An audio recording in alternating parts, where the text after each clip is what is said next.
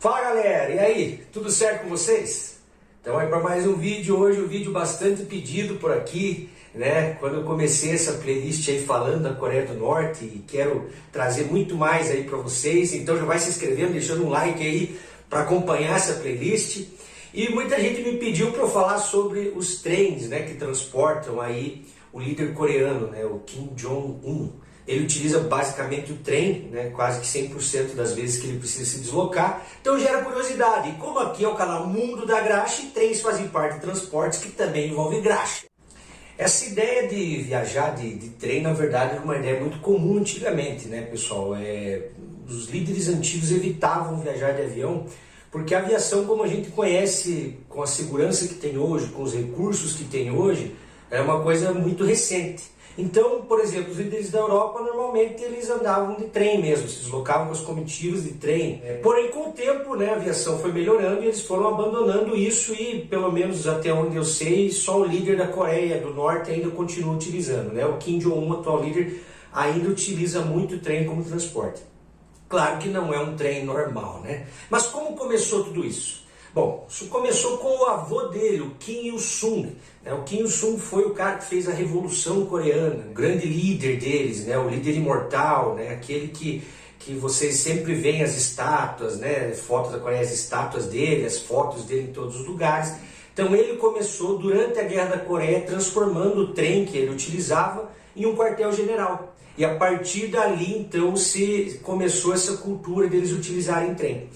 Para ajudar ainda, ele construiu em torno de 20, mais ou menos, palácios para ele que eram acessíveis somente por trem ou estavam próximos de estações, né? Alguns deles, sabe-se que são até subterrâneos, que só o trem chega, claro que ninguém sabe onde que eles ficam exatamente, mas sabe-se que ele tinha alguns desses palácios secretos subterrâneos.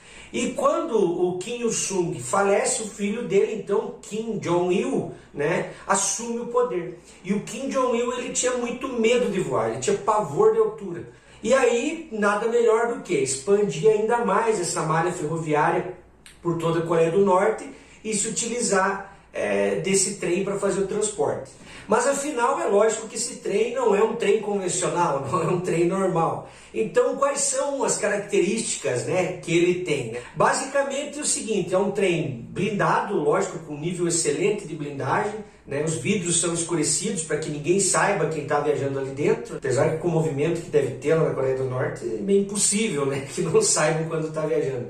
E olha só que interessante, dizem que ele utiliza uma certa tinta que absorve o infravermelho para que ele não possa ser rastreado por satélites e etc.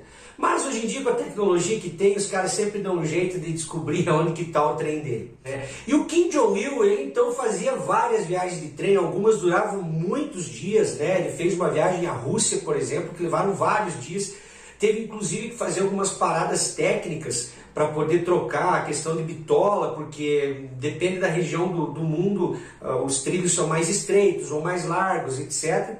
E ele fazia tudo isso de trem, porque inclusive esse trem oferecia para ele luxos que, cara, até eu ficava dando volta no mundo com um trem desse, né? Esse trem, ele teria o piso de mármore ou de madeira, e a comitiva dele ali, ele tem vagões que são hospitais de última geração, né? Vagões que tinham toda a infraestrutura hospitalar, vagões que tinham estruturas de comunicações das mais tecnológicas possíveis para que ele pudesse despachar daquele trem para qualquer lugar do mundo, né? Dando suas ordens. Cozinhas completas, e o general Pulikovsky, por exemplo, que foi quem acompanhou ele, o general russo, né? Um oficial russo que acompanhou ele durante uma viagem à Rússia, né? E ele disse que com o Kim Jong-il você poderia pedir qualquer prato que fosse, desde que fosse da cozinha japonesa, chinesa, coreana, russa ou francesa, que eles teriam disponível para fazer. A viagem que ele fez da Coreia do Norte para a Rússia, por exemplo, dizem que foram feitas várias paradas para que então o trem fosse reabastecido com vinho francês Bordeaux e ostras vivas. E aí, claro, tinha sala de reuniões, os quartos que seriam os melhores e diversos tipos de bebidas. E quando ele queria então ir dormir e descansar, ele também costumava levar várias cantoras, né, famosas, que então faziam serenatas para ele ao vivo, para que ele cantasse. E dizem também que ele gostava muito de karaokê. Então vejam que era basicamente uma diversão viajar nesse trem, né? Por ele ser muito pesado, né, devido à blindagem, devido ao tipo de piso de mármore, etc., ele é um trem relativamente lento, né? Ele viaja em torno de, no máximo, 60 km por hora, o que tornava as viagens intermináveis. Na verdade, acho que não tinha nenhum velocímetro, né? Tinha um calendário na frente para saber quando que chega. E nessas viagens, então, ele acabava aproveitando bastante, né? Uma curiosidade, o Kim Jong-il, quando ele falece, ele tem um mausoléu na Coreia do Norte, né? Onde fica a Mercedes, como eu já falei no outro vídeo, a Mercedes que ele utilizava, tá nesse mausoléu, diversos itens pessoais. E esse vagão específico que ele utilizou, que eu vou deixar a foto para vocês, que era a sala de reuniões dele ali, onde tinha televisão, tal, a mesa e tal. Esse vagão específico também é levado para o mausoléu dele. A gente tem que lembrar que na Coreia do Norte eles tem uma verdadeira santificação quase pelos líderes, né? E isso durou até 2011, quando então a mídia norte-coreana anunciou a morte do Kim Jong-il, dizendo que ele morreu no trem após voltar de uma viagem e estar totalmente esgotado de tanto trabalhar. E essas viagens, obviamente, que elas não eram feitas com ele sozinho num trem, afinal ele era um líder muito visado, etc., né? Então a comitiva normalmente partia com 3 trens, né? Em torno de 80 a 90 vagões.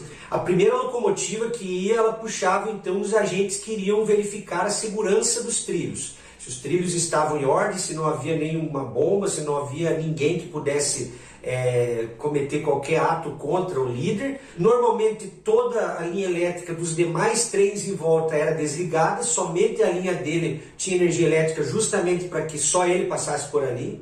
Após passar então essa locomotiva com os agentes da segurança que verificavam os trilhos, em torno de 20 minutos a 1 hora depois, então vinha a locomotiva que puxava o líder e toda esse hospital, cozinha, etc., os lugares de descanso, etc. ali, né? E logo atrás vinha mais um trem onde ia a comitiva dele, né, os auxiliares dele e mais agentes de segurança para poder cuidar do líder. Então viajavam em 3 trens, na verdade, né? E lógico que tinha que ser uma segurança, porque um trem é algo que você sabe exatamente a rota que ele vai fazer, né? Então, após a morte do Kim Jong-il, quem assume é o seu filho Kim Jong-un. E é claro que o Kim Jong-un gosta, né, de esbanjar dinheiro, então as coisas não mudaram muito, e se mudaram foi para melhor. Então ele refaz um novo vagão com aquela sala de reuniões muito parecida, mas agora não tem mais TV e etc. Agora tem um MacBook. Que ele ainda leva normalmente nesse trem 2 carros blindados, Mercedes-Benz, né, com certeza, como eu falei, né, eles têm a montadora deles lá, Pyonghua, mas é claro que o líder anda em Mercedes blindadas, né, normalmente ele leva 2. 김정은 북한 국무위원장이 오늘 오전 베트남 동당역에 도착해 현재 숙소인 멜리아 호텔에 머무르고 있는데요. 평양에서 베트남까지 무려 65시간 대장정을 함께한 김정은 1호 열차에 대한 관심이 뜨겁습니다. 외관을 먼저 살펴보면 열차의 차체가 녹색으로 칠해져 있고 차창 아래에는 노란 선이 그어져 있습니다. 테러 위험에 대비하기 위해 E banheiro particular que ele leva onde ele vai. Banheiro particular, que tal? E dizem que ele também gosta muito de cristal champanhe, vinho francês e conhaque Hennessy. Isso é porque ele não conhece o Dreher. Viu? Veja um Dreher aí com coca, bem geladinho. E também dizem que ele leva mulheres ali que são assessoras dele, né? Várias assessoras ali dentro desse trem. Costuma fazer várias paradas para fumar, viu? Avise o maquinista lá para parar ali no bar do Chico Piranha ali que eu vou tomar um Dreher e acabou o meu calverte. Tem que pegar as 2 carteiras ali.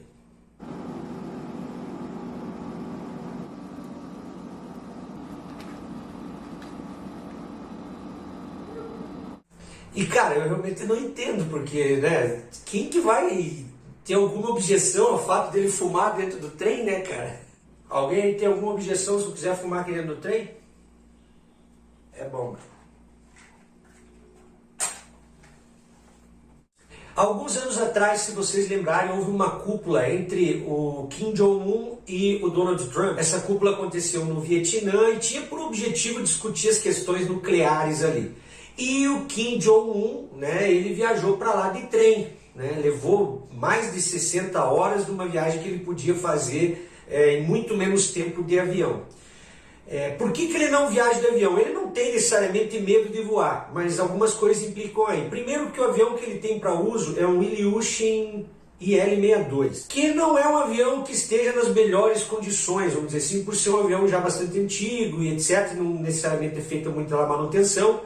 E houve uma vez em que ele pediu um avião para a China e o governo chinês até liberou para ele um Boeing 747 da China Airlines, mas o pessoal acabou tirando muito com a cara dele, do tipo, você precisa muito da China, você é dependente da China, e aí por isso acabou que ele viajou de trem, mas o principal significado mesmo é porque o seu avô já havia viajado para o Vietnã de trem. E eles têm muito essa questão dos ancestrais, né, de seguir o caminho dos seus ancestrais, de respeitar os mais velhos, de seguir a tradição. Então ele indo para o Vietnã com um trem, assim como fez o avô dele, para o povo norte-coreano, é como se ele dissesse, olha, eu estou seguindo os caminhos, os passos do meu avô que construiu essa nação, e etc, etc. Em 2020, se vocês lembrarem, houve uma grande polêmica em relação à saúde dele, né? Como que o Kim Jong-un estava, ele passou até por cirurgia, etc. Muita gente diz, inclusive, que ele faleceu e que quem está lá é um sósia dele atuando. Alguns vídeos aí na internet mostram até a questão aqui da orelha, né? Que algumas pessoas têm aqui colado, outros têm solto, e que às vezes ele aparecia com a orelha aqui que era colada, às vezes era solta, enfim, essas teorias que dizem que ele faleceu.